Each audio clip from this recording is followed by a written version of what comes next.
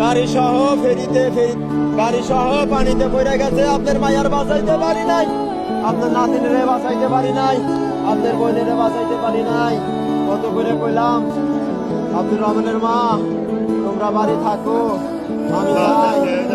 আমি যাই, আমার ডিউটি আছে, 29 তারিখে আমার ডিউটি।